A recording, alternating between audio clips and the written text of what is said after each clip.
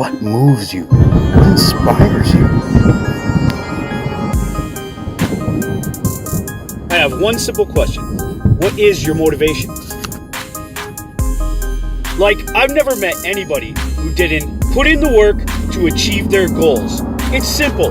Rise and grind. All right, well, welcome to episode 2 of the Rise and Grind podcast. I've got Rick Thibodeau here today. And Rick, why don't you introduce yourself? Tell us what you do for a living, what your hobbies are. Well, thanks, Tom, and thanks for having me for episode 2. As I said, my name is Rick Thibodeau. I'm a registered physical therapist. I work for a local company here in Owen Sound. And I've been a physio for 10 years, going on 10 years, and absolutely love what I do. I love helping people every single day. Kind of bleeds into what I do for my hobbies, which is a lot of bodybuilding stuff. I kind of developed a niche for myself to be sort of the bodybuilding physio. And you kind of came up from, you were kind of looking like me a long while ago. Lovable. I see pictures. Yeah. I was quite depressed a few years ago, and I really let myself go. And basically, long story short, I saw a picture of myself and said, you know what, I just can't be like this anymore. Right. So I basically just kicked myself in the butt and I said, okay, I'm not going to be this way. I'm not going to be like this for my kids. I'm not going to be like this for my career. And so I just set on a goal. And for the last couple of years, I've been lucky enough to be stepping on stage as a competitive bodybuilder, actually, in the local area. And done pretty decently well in my shows. And so you did your first competition how long ago? that would be back in 2016. I did my first show in London, Ontario. Yeah. And how'd you do in that one? Out of a class of 6, I placed 5th in my first one. So first time getting my feet wet, all the nerves, trying to just be as good shape as I can. And I think I did rather well. The second show I did was this past June in Guelph. Yeah. And I placed 4th in my division, and a much tougher class.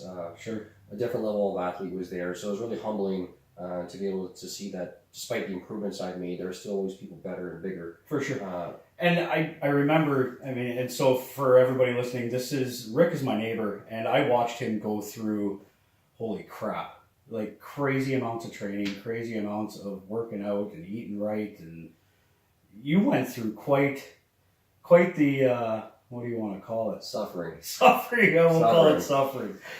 So, what is all involved? I mean, we're not just talking about your regular dieting and eating right and, going to the gym.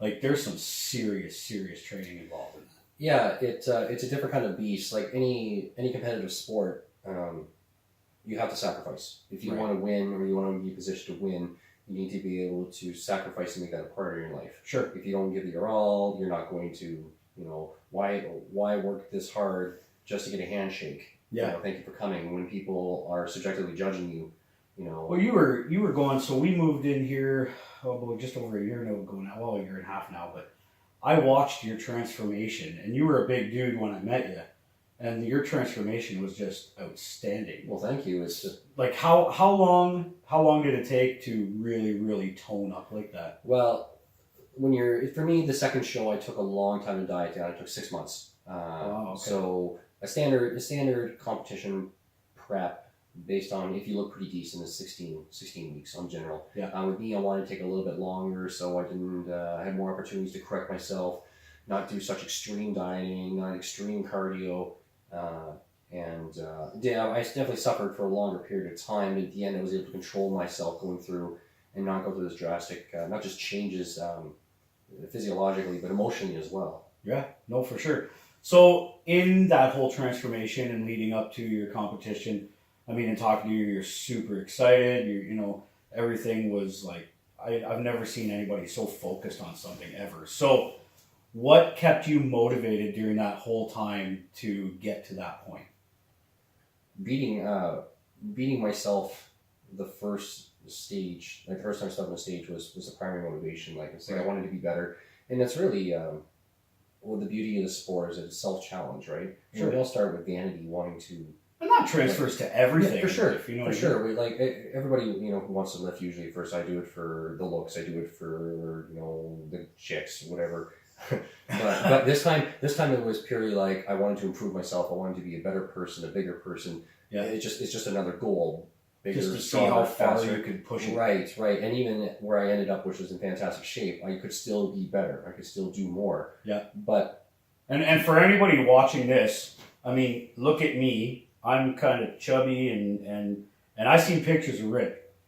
He was looking like me, and then now he looks like this. This is crazy. Like, super motivating for me. And I quit smoking 2.5 weeks ago. That's my first start. Now it's going to be eating healthy, and then hopefully getting back to the gym for me. And yeah, and as you said, like it's the competition aspect is much more different than the standard eating clean. Like eating clean is doing competition dieting, but it's not just, hey, I'm just going to eliminate my drinks and the cigarettes and getting sugar out of my diet. It's coming down to like, I have to eat 200 grams of sweet potato this time. right, And so it's measuring it. measuring it every gram, every ounce, timing to make sure you're getting every 2 to 3 hours, and making sure that, am I training at the most efficient time? Am I doing my cardio 4 or 5 days a week? Am I doing it when I wake up first thing in the morning? Am I doing it after, Sure. It's consistency, right? Yeah. And with any lifestyle change, regardless if you just want to lose 30 pounds or you want to put on muscle or go to a stage, you have to be consistent.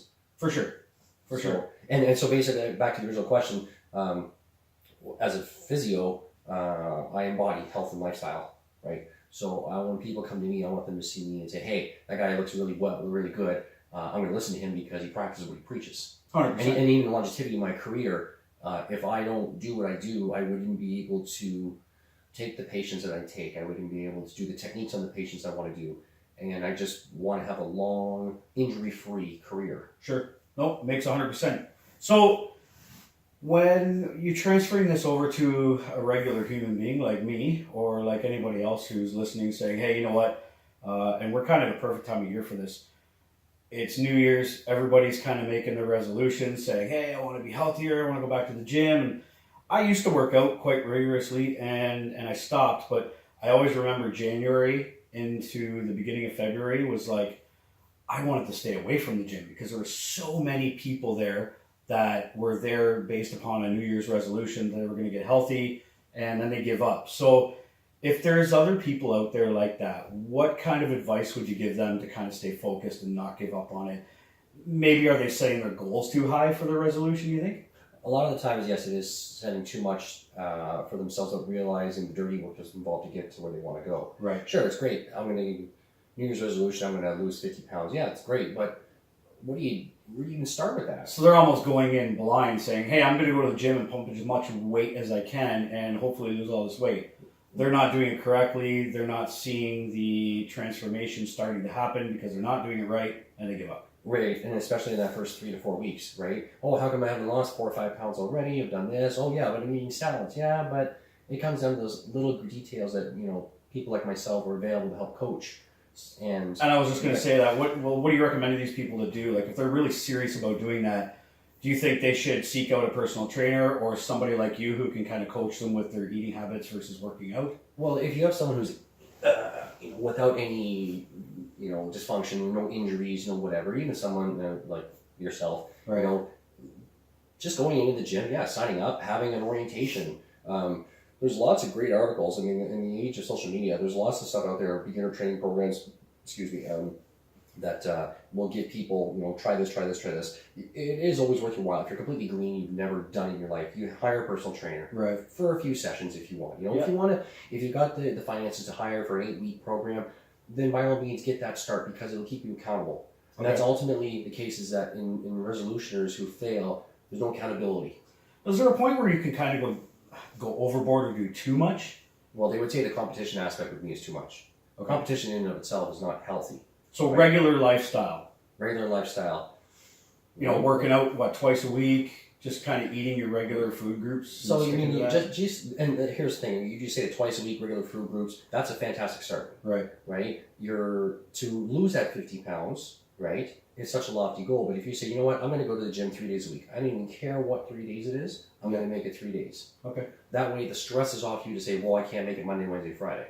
Right. Well, something comes up because life happens. Wednesday comes up, oh shoot, my kids are sick, I can't go to the gym. Oh, the whole thing is blown off. Now I got to start again on Monday. This magic Monday. But no matter what, if it's like, you know what, I can't make it today, I'll go tomorrow, I'll get my 3 days in, wonderful. That's a human nature thing, you know. Absolutely. And if people are allowed to have that bit of flexibility, some people need the rigidness, they have to, but that rigidness has to come with someone holding them accountable. For sure. Because things happen, life happens, and you, until you've built that into a lifestyle, right, there's absolutely no way. That's just my dog barking. So, what are your thoughts on New Year's resolutions period? We just talked about a lot of people make their resolution, go to the gym, getting healthy, and blah, blah. There's all kinds, quitting smoking. You know, those are the most common ones I've ever heard.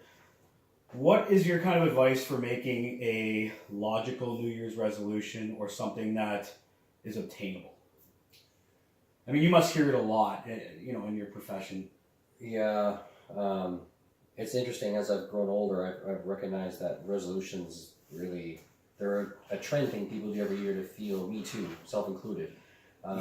And honestly, if you really want to lose weight, you really want to put muscle up, or you want to do an event, you don't need to wait for January 1st.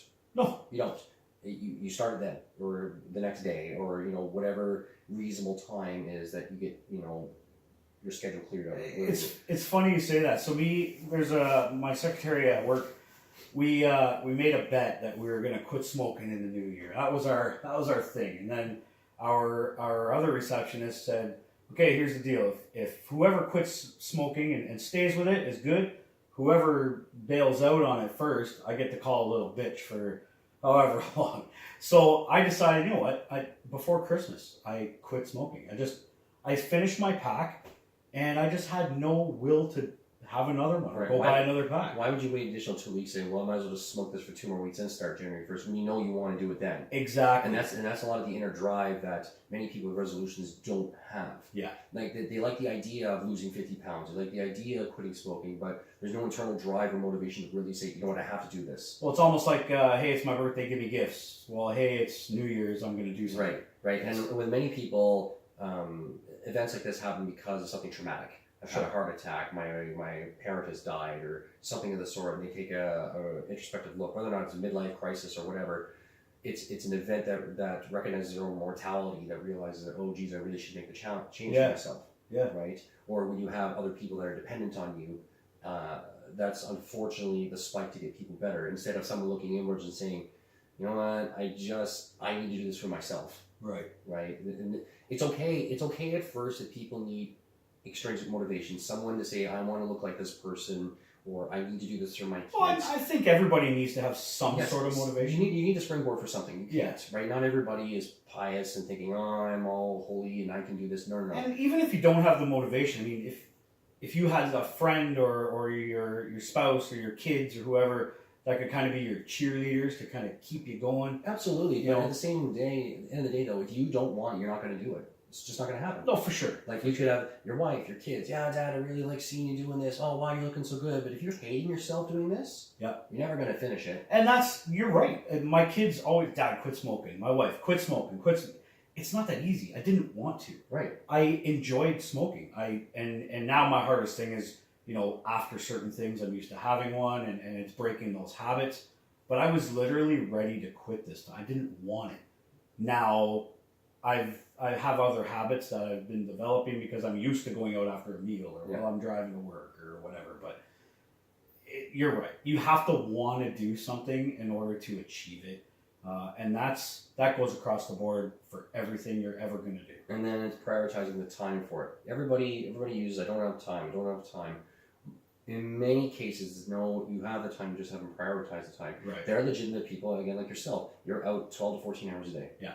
You leave it somewhere in the morning, you're out driving to Toronto, you spend an 8-10 hour day, you're driving 2-3 hours back. That's right.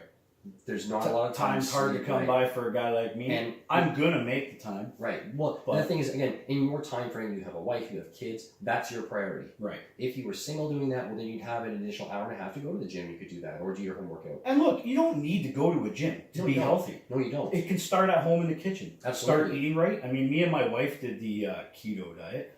And you know what? I lost just over 20 pounds doing that. Right. And then I continued it. I did my push-ups at home and sit-ups. Right. And you can definitely get that as a start. And if it helps, it's just home, again, is comfortable. Yeah. People need to be brought out of their comfort zones. For a guy like me, it's molding my mind around doing that. So if I can get myself used to doing something, Right. it's all about training for me. But again, 30 days for a habit to form, right? Yeah. Right. And then at that point, you've put it into your lifestyle, you've made your time arrangement around that. And then when you're not doing it, it's like smoking. Like you say, your habits after you eat, you do this, you do this, this. It's habit breaking. Well, I do habit forming.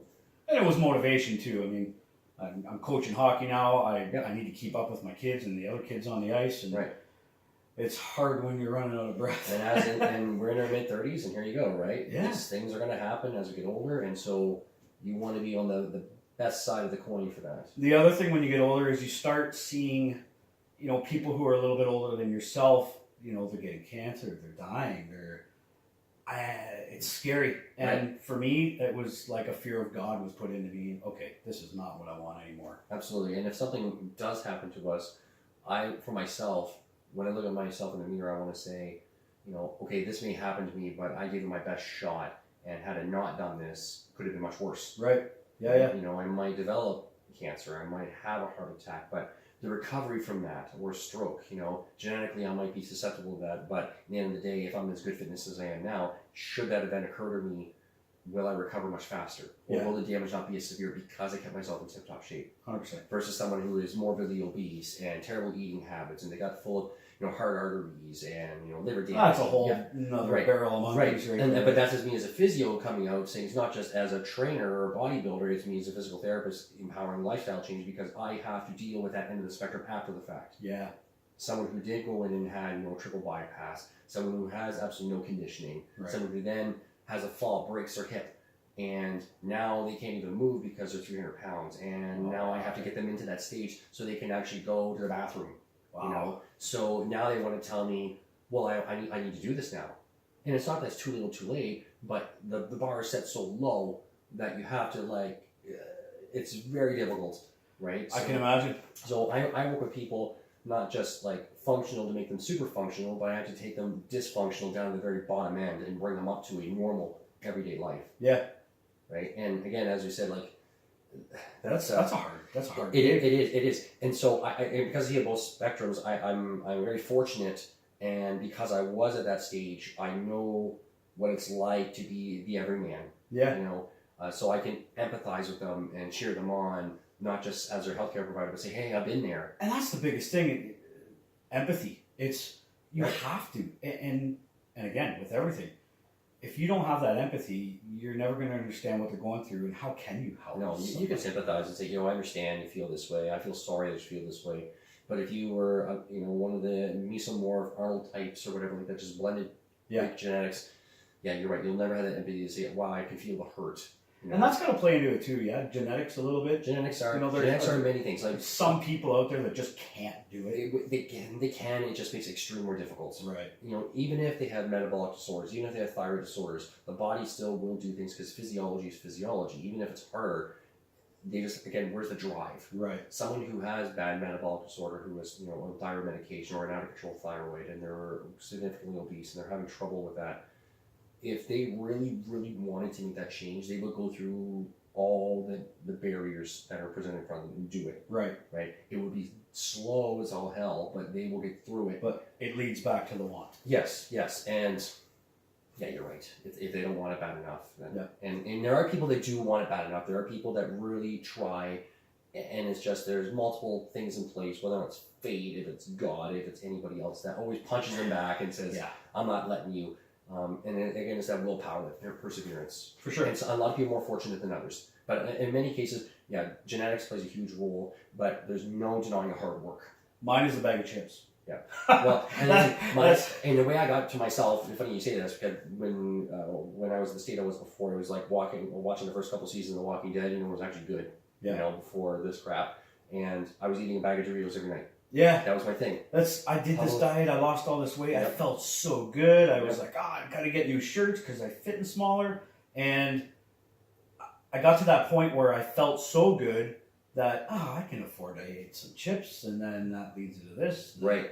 And in carving in your lifestyle, you get to that point where, I can have some chips, and you eat it, and you're like, I don't really like this anymore. Yeah. right? Yeah. Saying the smoking, hopefully you stay away from that. And then if you're around cigarette smoke, I'm it's already disgusting. feeling it. Yeah. I smelled smoke the other day, and it almost made me gag. Like But it's strong. but okay, so it's now, but you're motivated. A year from now, yes. are you going to smell that and be like, oh, what's one going to do? No, because that's the thing, Yeah. right? And Some people with eating disorders or addictive personalities, you cannot. It's funny. It's not the smell for me. It's the hardest thing for me is my drive. When I'm driving, I get kind of bored. Now, speaking, we're on a podcast, but I listen to a lot of podcasts, and I do a minimum of 4 hours driving every single day, and I get so bored that it's my hands. I need something to do. So I'm vaping, which, there's a lot, it's hopefully the lesser of two evils, but it's helping me get through it. It's not tar and shit going into my lungs. It's other crap going into my lungs, but it's helping me get by. And hopefully I can just phase everything out. It's doing something with my hands. So whether it's a stress ball or something, maybe I got to get there or what. I don't feel like I need to have a cigarette. I'm past that. Well, good. Yeah. Good. Let's see what it is a year though for now when life is going on and you're pushed up against Well, and that's what happened last time. I quit for 5 months, and then I had some stuff go on in life and got stressed out. And that's the thing is, that's how bad you want that. Yeah.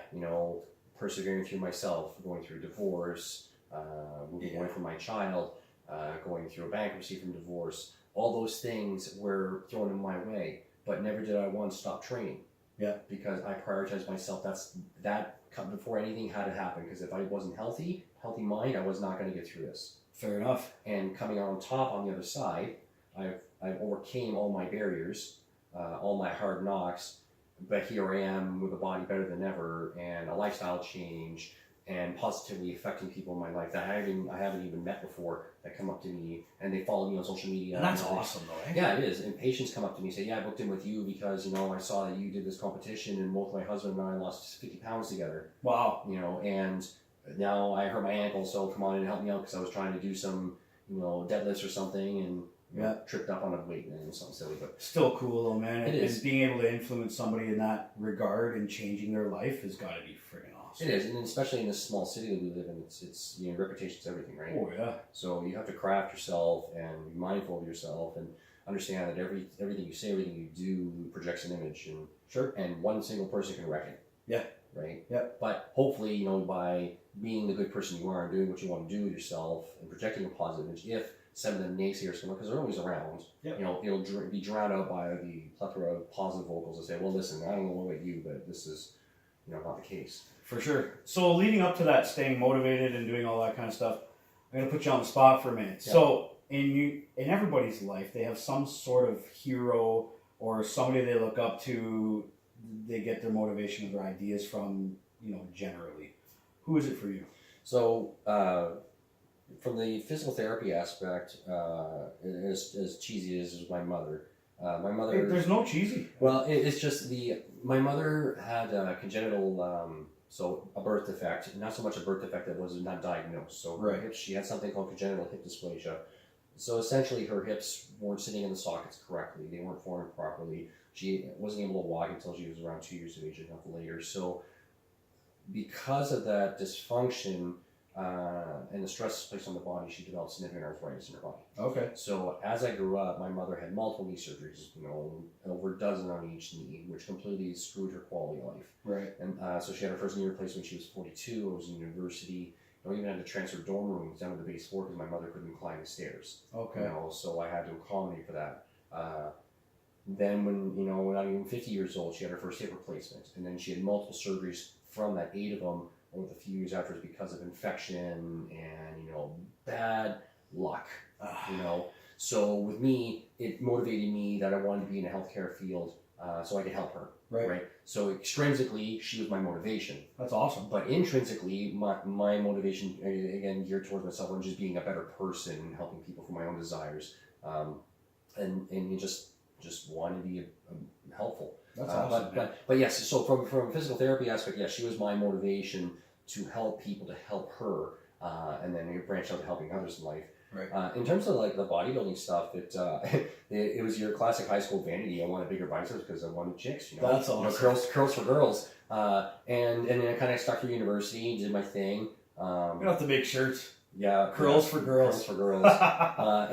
And then when I went to physio school, actually, is when all my depression really set in, so I let myself go.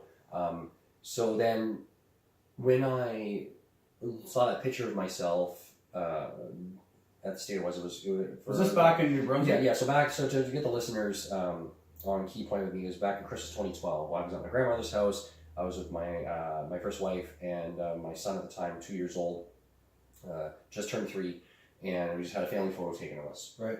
And when I was in this green shirt, and when I looked at myself, I couldn't believe that it was just, holy crap, like, people call me Big Rick, but it wasn't big like muscular. You don't realize it. Right. And even when you look in the mirror, you kind of see this.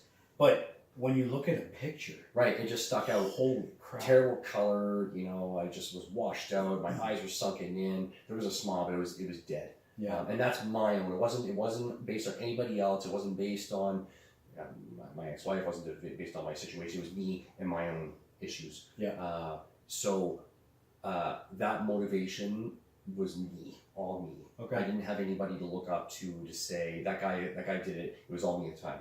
Okay. Then as I started training, getting my butt in gear, overcoming everything, a lot of the stuff came from watching. Like eventually when I moved out here to Owen Sound from New Brunswick is where I'm from. Yeah. I always wanted to be a bodybuilder. I always wanted to step on stage. Just the idea of doing something that only 1% of the population could even do. Well, Even in the bodybuilding sense, like, of all the people that work out, only 1% of those, I would say, even come close to being on stage. And there's a big misconception with that too, is, you always hear about guys that go to the gym like, oh yeah, look at that big guy over there, he's pumping as much as he can. That's not a bodybuilder. No, a bodybuilder is, you're toning the shit out of your body. And you're crafting muscle, you're building you're building everything in specific ways. You're creating symmetry, you're creating size and shape. It's not just lifting weights. Lifting weights, I mean, again, it's all in the eye of the beholder. If you want to call yourself a bodybuilder, sure, you're building a body for sure. But calling someone a bodybuilder, in my opinion, would be someone who wants to take the stage, right, and suffer for that. So, I mean, ultimately, again, it's I like how you said suffer through that. Yeah. Because people need to know that if this is something you truly want to pursue, you better be prepared to suffer. Right. And there's good days and there's bad days. The days that you don't even want to be there are the days you need to be there the most. Yeah. Right. And that's how you overcome. And that's how. And so again, my motivation was me wanting to step on the stage for my own sake, to say I could do something that no one else could do. And then now, and if anybody's going to be familiar with the bodybuilding world now, there's a new division called Classic Physique, which goes back to the Arnold style era of good size, good shape, conditioning, but not the extreme, right? Like the current Mr. Olympian stuff is. And so when I started seeing the guys and the standards of what that is, that was motivating me to say, hey, I'm not genetically blessed. I got good size and shape, but I can actually look like those guys, and I can actually stand on stage. So it's not one particular person; it's a whole plethora of competitors that are like me, normal guys that work hard and do, that can have some success, but seeing them go through and say, hey, we'll never be pros, but we can still go up there and show ourselves off. So, and that's still awesome. Yeah. It's like, I could never do it. I don't have the motive. It's just like you're discussing. Yeah, it's just that it's not even. Like, dude, we had a fire in the backyard, and I remember you coming over going, okay, I got to go now because I got to go to the gym.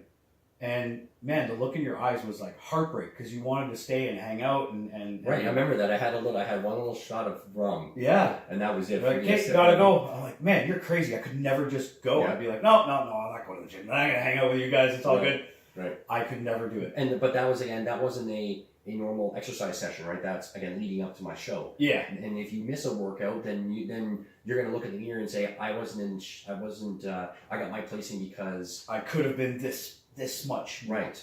The guy who got ahead of me, third place, he just worked that much harder. Yeah.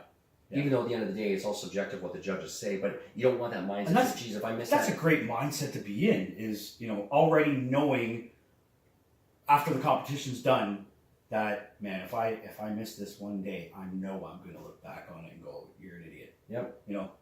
But then some days too, like myself, like you don't miss any gym sessions. You hit every single meal. You pound back the pounds and pounds of white fish and the rice and the whatever else, and you still step on stage in the best shape of your life, and you still place what you place because it's just that day. There's always somebody better.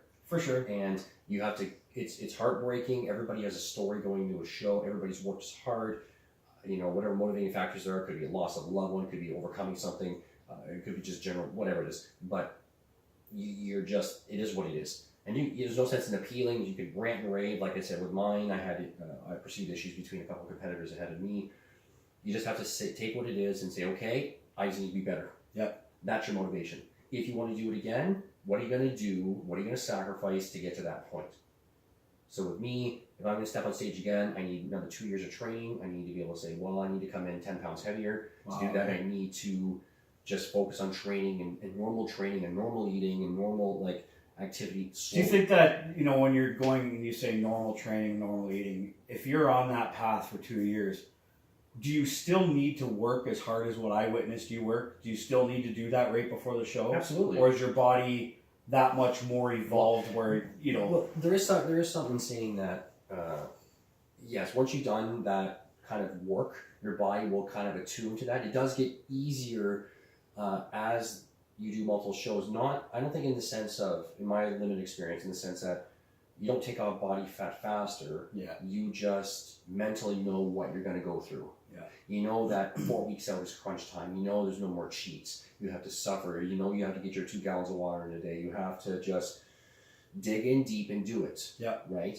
Leading up to the show, okay, and this time you know that if I work for 2 years and okay, now I'm 16 weeks out from this prep, I need to make sure I look a certain way before I even start the prep. Sure. Because I was too out of shape the first time. This time I'm going to be more in shape. Yeah. So I'll do a little bit more cardio before the prep starts. Maybe I won't eat as much food. Won't go as heavy. I'll stay leaner. Those are factors that every show gets better and better.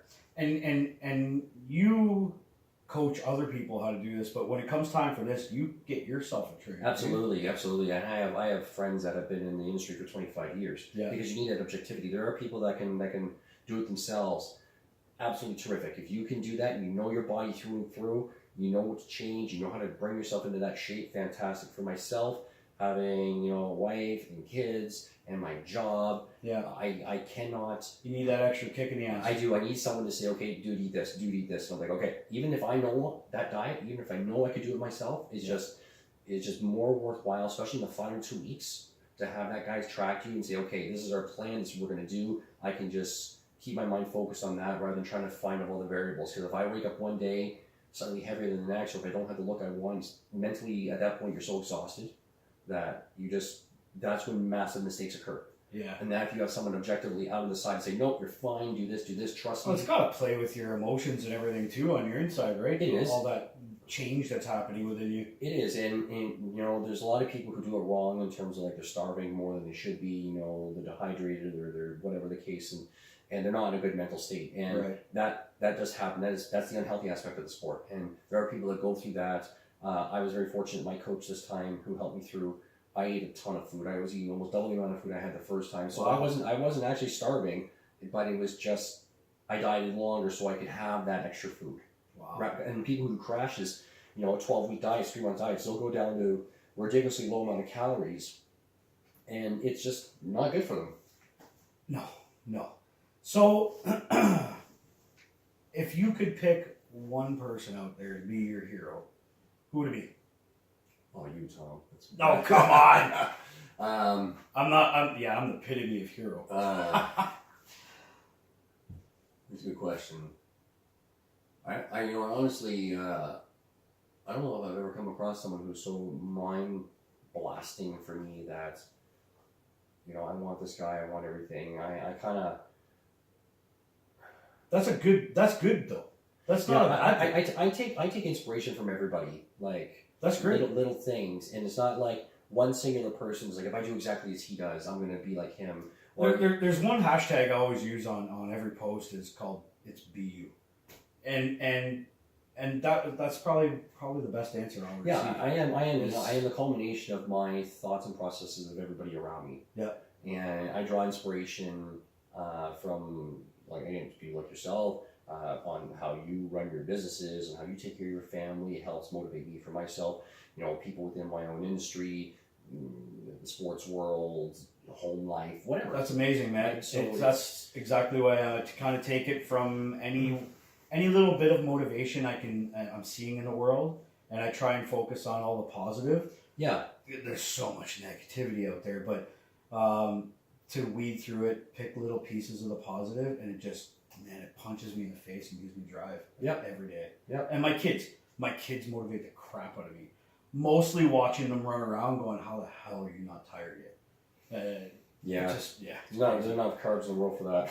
Last thing I want to mention is you started hunting again recently. Yeah, that's actually an interesting thing. So did you get one this year? No. Deer. The last day I got out, I saw 9 in a field. Yeah.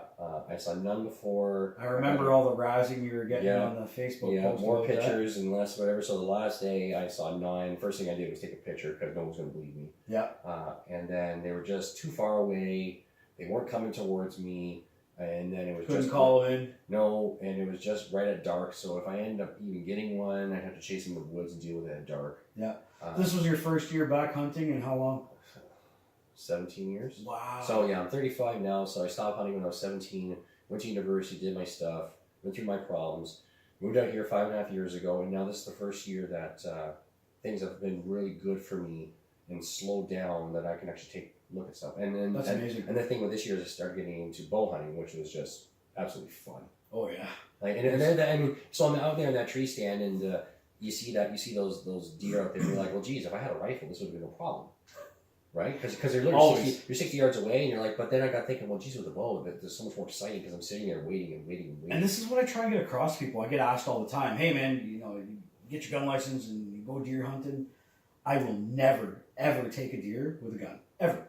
And I'm not saying it's wrong, but I'm saying it's more about drawing that deer in 20 yards from you. Oh, that was the hardest thing. They were at me at 60 yards and just didn't want to come in. Yep.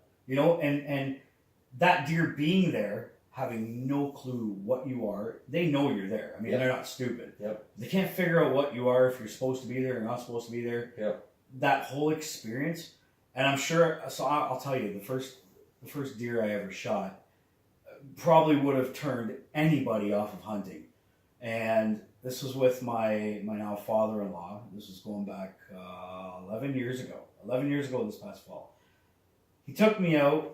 And I didn't have a bow or nothing yet. I had my hunting license, and I'd never been in the woods before. I had no idea what to expect. I fished my whole life, but hunting was new to me. So he took me out, put me in this tree. He said, you're guaranteed to see some deer. Okay, perfect. And it was just getting dark, and this buck comes walking up over the ridge. And it was like straight out of a movie, like Clint Eastwood shit. Coming up over the sunset is in the background. I'm like, this is great. So I raised the bow up on him, and I'm shaking. And the adrenaline set in like nothing you've ever seen before. And I pulled the trigger, and he dropped. Smack! Done. Fuck, I dropped him. I dropped him right there in his tracks. And me not even understanding how all of this was processing, right? And so the deer was kind of edging its way down the embankment a little bit into the hardwoods, and I hear my father-in-law walk up. I waited about 20 minutes. I remember him saying, the one piece of advice I'll give you is if you shoot something, sit there for a minimum of 20 minutes, don't move, and you don't want to spook him. You want him to just lay down and do his thing. So I hear him come out of the tree, and he was only about 100 yards into the woods from me, and I hear him laughing. And I couldn't figure out why he was laughing. I don't know what the hell's going on. So he comes walking up. He says, you shot one. I said, yeah, I shot one. He dropped right dead in his tracks. He's laughing, pissing his pants. He says, no, you spined him, you paralyzed him, and he's over there moaning. So now you need to finish the job. And I go, oh, man, this is like the worst thing that could ever happen. First deer ever in my life. And so I get my bow cocked again, and I go down, and I was going to take a shot, and I decided to take the knife to him. So the father-in-law says, here's the knife, and finish him. So I get on his back, and, I've never encountered a freaking deer before. I get on his back, and the damn thing threw me 5 feet in the air. By this time, my father-in-law is now leaned up against a tree laughing and crying. This is probably the best thing he could ever expect from a future son-in-law. So I got it done, and after that whole ordeal, man, I can't tell you how many guys I know that would have been like, no, you know what, I'm done. This is it for me. That was, but for me, it was, I don't know if it was the closest to the animal, if it was the adrenaline rush, but, you know, now I've got this guy on the wall and many other deer that I've taken. And, man, we got to get out hunting sometime now that I didn't even know you hunted when I first met you. No, a lot of people don't think I do either. It's like I had no idea. And I'm here going like, man, I need a hunting buddy up here. And then Yeah. fuck, my neighbor's a hunting guy. Look at this. Yeah. It's awesome.